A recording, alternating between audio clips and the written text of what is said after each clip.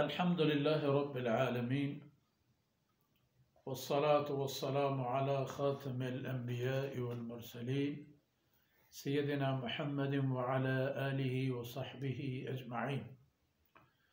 أعوذ بالله من الشيطان الرجيم. بسم الله الرحمن الرحيم. ويل لكل همزة لمزة الذي جمع مالا وعدده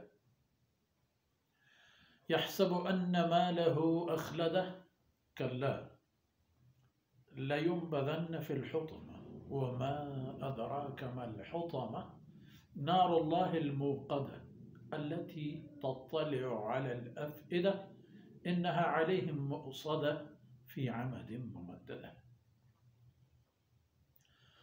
سبحانك لا علم لنا إلا ما علمتنا إنك أنت العليم الحكيم. رب اشرح لي صدري ويسر لي أمري واحلل عقدة من لساني يفقه قولي واجعل لي وزيرا من أهلي رب زدني علما وارزقني فهما ثم أما بعد. گرامی قدر بھائیوں، بہنوں اور پیارے بچوں، سورہ عصر کی افادیت اور اہمیت کو پیش نظر رکھ کر یہاں دیکھ لینا کہ وہاں تواصو بالحق اور تواصو بالصبر کی باتیں تھی، اور یہاں ان مذموم صفات کا تذکرہ ہے کہ جو انسان کو جہنمی بنا لیتی ہیں، وہ صفات جو سبب بن جاتے ہیں انسان کو جہنمی بننے میں. اور لفظ کا آغاز بھی لفظ ویل سے ہے، ویل لکل ہمزہ. اور قرآن کریم میں 2 جگہ سورتوں کے ابتدا میں لفظ ویل استعمال ہوا ہے، ویل للمطففین، ویل لکل ہمزہ. دونوں میں معاملات، انسانوں کے آپس کے تعلقات، ریلیشن، اخلاقیات، حساب و کتاب، لین دین وغیرہ وغیرہ آتے ہیں. یہ معاملات اتنے نازک ہیں کہ معمولی سی کوتاہی انسان کو تباہی میں پھینک دیتا ہے. ویل کا معنی جہنم. ویل دراصل جہنم کے ناموں میں سے ایک نام ہے. ویل کے معنی ایک تباہی، اور وہ انسان یا اس انسان سے بڑھ کر کون تباہ ہو سکتا ہے نعوذ باللہ کہ جو جہنمی بن جائے. تو فرما ویل لکل ہمزہ، تباہی ہے ہر اس انسان کے لیے جو ہمزہ ہو. ہمزہ کا معنی عیب جو، تانا دینے والا، تحقیر کرنے والا، انسانوں کو خاطر میں اور نظر میں نہ لانے والا، یہ ہمزہ ہے. ویل لکل ہمزہ. اور ہمزۃ لمزہ، وہ آدمی جو پیٹھ پیچھے آدمی کی غیر موجودگی میں اوروں کے ساتھ اس کی عیب جوئی کرے، اس کی برائیاں بیان کرے، اس کی تحقیر کرے، اس کے وقار کو مجروح کرے، لوگوں کے دلوں سے اس کے بارے میں بددلی داخل کرے اور ان لوگوں کو بدبین اور بدظن کرے. ان کے لیے کیا ہے؟ وہ جہنم. اندازہ لگایا؟ سبحان اللہ. اور یہ باتیں ہم انسانوں کے لیے کرتے ہیں. کسی انسان کو عیب دیتے ہیں اس کی زبان کے حوالے پر، اس کی رنگت کے حوالے پر، اس کی چہرے کے نقوش کے حوالے پر. عیب دینے کا ایک انداز یہی ہوتا ہے. اور یہ وہ حالتیں ہوتی ہیں کہ اس میں کسی بھی انسان کا اپنا کوئی بھی عمل دخل نہیں ہے. آپ نے دیکھے ہیں بہت سارے لوگوں کی زبان پر لکنت ہوتی ہے، اٹک اٹک کے بولتے ہیں. اب اس بیچارے نے کب یہ انتخاب کیا تھا کہ میری زبان ایسی ہو جائے؟ یا آپ نے یہ بھی دیکھے ہیں کچھ لوگ ایسے ہیں کہ جو بولتے وقت ان کی زبان بہت تیز چلتی ہے. یہ بھی ان کی اپنی مرضی کی بات نہیں. کسی آدمی کی چہرے بشرے آپ کا پسندیدہ نہ ہو، اس میں اس بیچارے کی بھی کوئی قصور نہیں. آنکھیں چھوٹی ہوں، ناک میں کوئی آپ کی ناپسندیدگی کی کوئی ترتیب ہو، کانوں میں، پیشانی میں، بالوں میں، اس میں اس کا کیا قصور؟ ایسے لوگ کسی اور کے لیے کوئی عیب جوئی تو نہیں کرتے، لیکن اپنے آپ کو سب سے بڑا عیبدار قرار دیتے ہیں. اور اس سے بڑھ کر عیب کیا ہو کہ انسان اپنے کیے درے کی وجہ سے جہنمی بن جائے. اور ویل للمطففین کے بارے میں ہم نے بتا دیا تھا، عرض کیا تھا.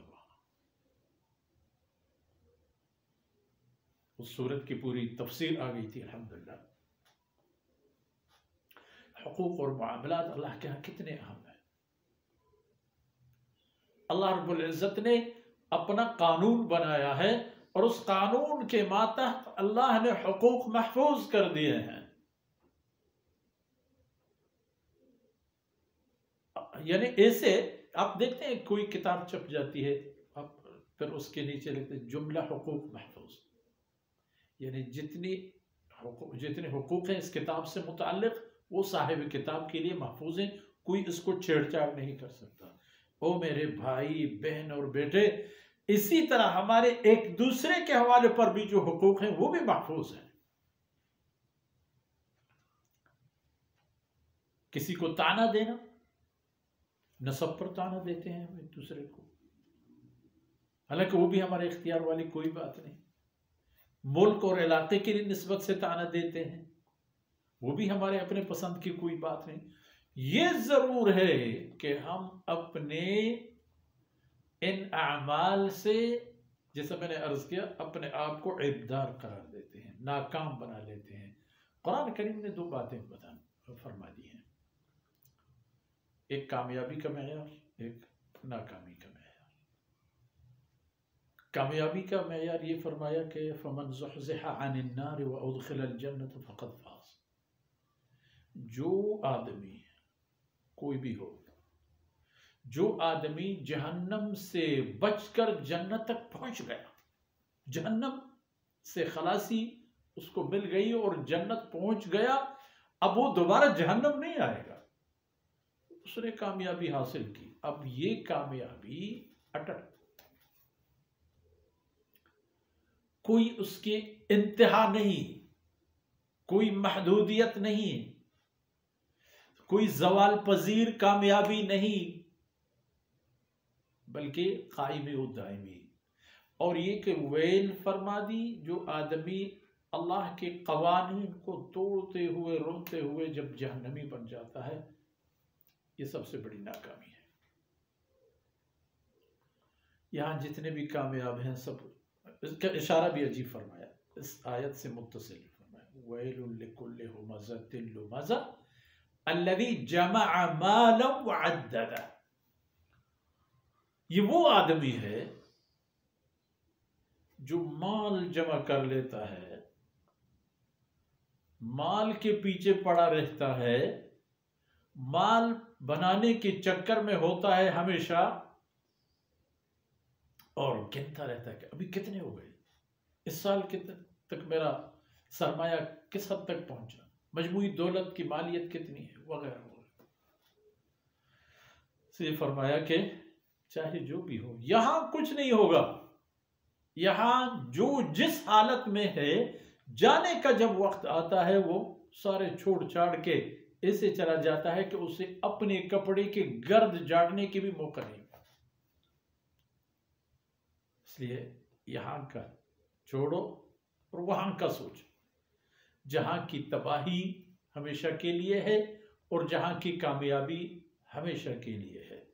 اب جب اللہ نے زندگی دی ہے، زندگی کے مقاصد دیے ہیں، تو تواصو بالحق و تواصو بالصبر پر عمل کر کے ہمیشہ کی خسارات سے بچ جاؤ، تاکہ یہ خسارات ویل لکل ہمزۃ الذی کے زمرے میں اور قافلے میں ہمیں نہ ڈالے. بقیہ باتیں انشاءاللہ اگلے نشستوں میں عرض کریں گے. اللہ رب العزت خامیوں، کوتاہیوں اور غفلتوں سے درگزر فرمائے اور ہمیں اپنی نعمتوں سے مالا مال فرمائے، دین و دنیا کی سعادتیں ہمیں نصیب فرمائے. وصلى الله على نبينا محمد وعلى آله وصحبه أجمعين.